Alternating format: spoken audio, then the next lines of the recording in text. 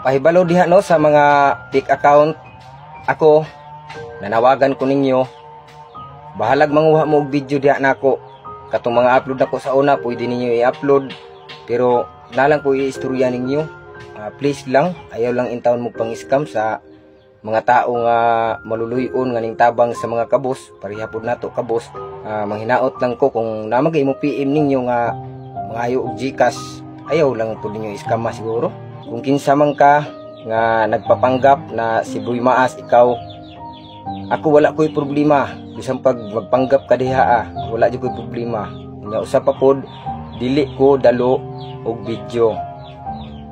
Pwede og mag-upload ka, pero manghinaot lang pud ko no. Ayaw lang pud siguro pang-scam ug ayaw pud pag-PM sa mga tao nga mangayo ka kay imong itabang. Ayaw kay ako bitaw sa tinuod lang bisag dingani ra ko, bisang wa ko'y grado, pero gaw na huna ko ug unsay angay buhaton ug unsay dili angay buhaton. Ako dili ko mangayo, maghulat ra kog dagaan ko. Nya usa pa pod, wala ko'y GCash nga ibutang diha sa pin comment hantud karon. Daghan jud kay na scam ma'am, sir.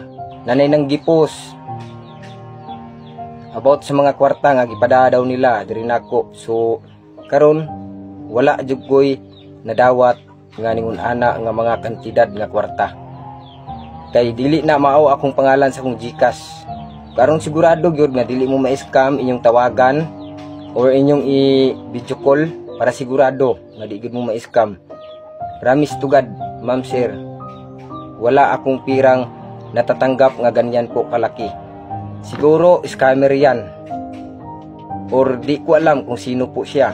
Kaya ang gagawin ko na lang po sa mga fake account, ipagdadasal ko na lang po sila sa Panginoon na sana po mapatawad po sila sa ginagawa nilang mali.